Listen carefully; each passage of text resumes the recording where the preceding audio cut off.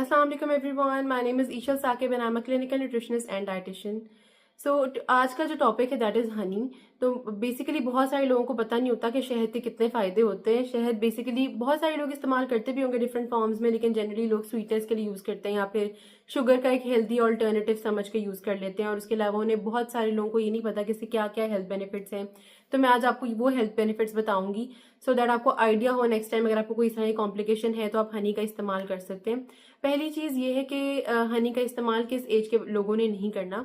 Generally लोगों को पता नहीं होता कि एज ग्रुप क्या है, किस एज के लोगों को इस्तेमाल नहीं करना चाहिए, किन में ये प्रॉब्लम्स कॉज कर सकते हैं। तो जो बच्चा 1 साल से छोटा है उसको हनी का इस्तेमाल बिल्कुल भी नहीं करना चाहिए। यानी जो इन्फेंट स्टेज में है, जनरली क्या होता है कि हम लोग बच्चों को जब पैदा होते हैं पहले साथ ही घुट्टी देने के लिए हम उन्हें जो है शहद का इस्तेमाल कर लेते हैं। वो उनके लिए बहुत डेंजरस हो सकता है, उसमें बॉटुलिज्म की तरह के प्रॉब्लम्स आ सकते हैं और वो इतने इन अ लॉन्गर रन प्रॉब्लमेटिक हो जाते हैं कि वो बच्चे की डाइजेशन को बहुत हिंडर कर देते हैं। उसके जो है वो डाइजेस्ट नहीं कर पाता और बच्चा जो है दूध भी नहीं पी पाता इन अ लॉन्गर रन। तो वो बहुत ज़्यादा कॉम्प्लिकेशंस आ जाती हैं।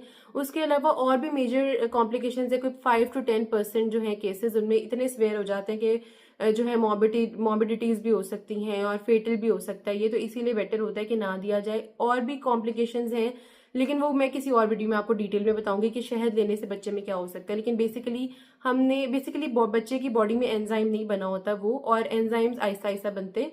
तो डाइजेशन जब आप वीनिंग करवाते हैं 6 माह के बाद तो आप शुरू करते हैं चावलों से और फिर उसके बाद आगे आगे डिफरेंट डिफरेंट फूड ग्रुप्स देते हैं और फिर एंड पे आके इस तरह की चीजें देते हैं जिनमें एलर्जेंस होते हैं ताकि बच्चे की इम्यूनिटी बिल्ड हो जाए।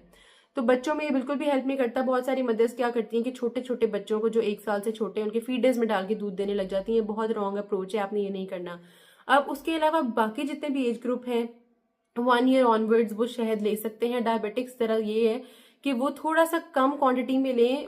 दो इसमें चीनी से जो है वो थोड़ा सा कम होता है ग्लाइसेमिक इंडेक्स इसका, यानी कि हमारी बॉडी में शुगर्स में कम कंपैरेटिवली चीनी से कम कन्वर्ट होता है। तो एक हेल्दी ऑल्टरनेटिव है, नेचुरल भी है, हेल्थ बेनिफिट्स भी है, लेकिन फिर भी आपने लिमिटेड क्वांटिटी में लेना है अगर आप डायबिटिक हैं। उसके अलावा इसके जो हेल्थ बेनिफिट्स हैं उनका जिक्र कर लिया जाए तो हेल्थ बेनिफिट्स में सबसे पहला बेनिफिट जो है जो बहुत सारे लोगों को नहीं पता होगा कि ये वूंड्स की हीलिंग में बहुत हेल्प करता है। यानी अगर आपको कहीं भी फॉर एग्जांपल यहाँ पे वूंड हो गया है, कोई जख्म हो गया है, कोई जल गया है, तो आप उस पर अगर शहद लगा लें तो ये स्कार्स से बचाता है। यानी कि कोई भी स्कार आपके स्किन पे नहीं आएगा, कोई भी आपको निशान नहीं रहेगा और वो हीलिंग कर देता है। बिकॉज इसके अंदर जो है एंटी फंगल और एंटी बैक्टीरियल प्रॉपर्टीज होती हैं। यानी कि जो अक्सर होता है कि जख्म खुला रह जाता है, उसमें पस पड़ जाती है, इन्फेक्शन हो जाती है क्योंकि हमारी इन्वायरमेंट में ह्यूमिडिटी है या प्रॉब्लम्स हैं। तो उसमें अगर आप शहद लगा लें तो वो इस तरह के प्रॉब्लम्स नहीं होते। जिस तरह आपके कट्स लग जाते हैं तो फौरन से बैंडेज लगाने के बजाय आप शहद भी लगा लें तो वो बहुत ज्यादा हेल्प करता है, बल्कि ज्यादा हेल्प करता है, प्रोटेक्ट करता है उस चीज को, सर्फेस को बचा लेता है। इसी तरह ही जो है इसमें एंटी माइक्रोबियल एक्टिविटीज भी हैं। अगर ज्यादा बर्न हो जाए फॉर एग्जाम्पल कि अगर for example 3rd degree burn है तब तो आप इसको नहीं लगाएंगे, तब तो obviously hospitalisation is required. But उससे पहले ये कि जब आपको नॉर्मल माइल्ड बर्न्स होते हैं, किचन में होता है, कहीं ऑयल लग गया, कहीं कुछ हो गया, तो पानी लगाने से वो बल्कि बढ़ सकता है। लेकिन अगर आप उस पर हनी लगाएंगे सरफेस पे तो वही वूंड जो है वो हीलिंग की तरफ आ जाएगा, जलन भी कम हो जाएगी। इसके अलावा इसका एक बेनिफिट ये भी है कि इसमें एंटीऑक्सीडेंट्स बहुत ज्यादा है। यानी कि कैंसर जो है, कैंसर जैसी बीमारियां जिन लोगों की फैमिली हिस्ट्री है जिनमें कैंसर्स हैं, वो इस तरह के जो भी मैं फूड ग्रुप्स बताया करूंगी वीडियोस में जिसमें एंटीऑक्सीडेंट ज्यादा है वो लाजमी कंज्यूम करें ताकि जो है आपके प्रॉब्लम ना हो लेटर ऑन। क्योंकि कैंसर सेल्स को ये फाइट करता है, जो फॉल्टी सेल्स होते हैं, जो फ्री रेडिकल्स होते हैं, उनको फाइट करते हैं एंटीऑक्सीडेंट रिच फूड्स। यानी हम अपने खाने के थ्रू अपने आप को बचा सकते हैं ना लॉन्गर रन। तो इसीलिए कैंसर फाइटिंग एजेंट्स होते हैं इसके अंदर कैंसर के ऑनसेट से पहले। यानी कि आपको हुआ नहीं है लेकिन फैमिली हिस्ट्री है कुछ और, तो आप हनी का इस्तेमाल लाजमी स्टार्ट कर दें। अच्छा, ये डाइजेशन में भी एड करता है। बहुत सारे लोग इसे वेट लॉस के लिए लेते हैं।